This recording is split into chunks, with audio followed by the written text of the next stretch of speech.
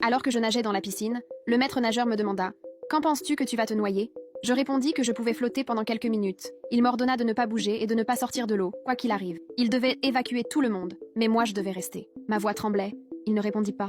Il porta son sifflet à sa bouche et souffla 3 coups stridents qui résonnèrent partout.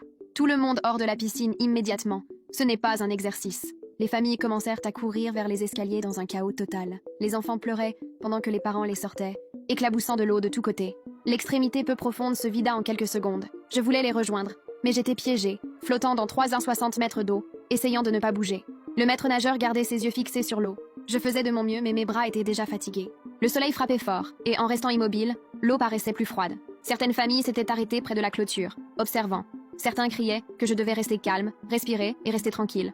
D'autres tenaient leur téléphone, enregistrant tout.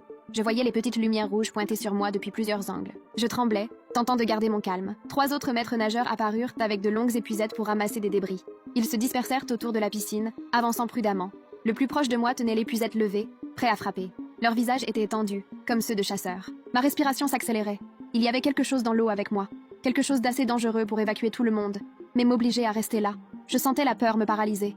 Les maîtres nageurs rampaient le long des bords, scrutant chaque centimètre. Soudain, l'un plongea son épuisette près du plongeoir et lutta contre quelque chose de lourd qui tirait sur le manche. Les autres coururent l'aider. En quelques secondes, ils levèrent leur prise et mon sang se glaça. Un alligator se débattait dans le filet. Il n'était pas énorme, peut-être 1,20 mètres, mais assez fort. Sa queue fouettait violemment tandis qu'il tentait de le maîtriser. La foule criait derrière la clôture. Encore plus de téléphones filmaient. Quelqu'un appela le contrôle animalier. Les maîtres nageurs transportèrent l'alligator emmêlé vers la maison de la piscine. Mais le gardien assigné à ma surveillance ne se détendit pas. Il continuait à scruter l'eau autour de moi avec la même intensité. Alors je compris. S'il y en avait un, il pouvait y en avoir d'autres. Je demandai si je pouvais sortir, la voix brisée. « Pas encore, reste tranquille », répondit-il. Il désigna l'extrémité profonde. Une ombre sombre se déplaçait au fond, lente et déterminée, bien plus grande que celui qu'ils avaient capturé. Les autres la virent aussi et se déplacèrent pour trouver un angle. Elle était trop loin, trop profonde. « Il tourne sous elle », dit l'un à voix basse. Tout mon corps trembla, créant des vagues à la surface. L'ombre continuait de patrouiller, parfois plus proche, parfois plus bas. Soudain, quelqu'un cria « Il y en a un autre dans le petit bassin !» Toutes les têtes se tournèrent. Un petit alligator s'était caché près des marches, juste quand les familles évacuaient. Un maître nageur courut avec son épuisette vers lui, tandis que les autres gardèrent les yeux fixés sur celui qui était sous moi.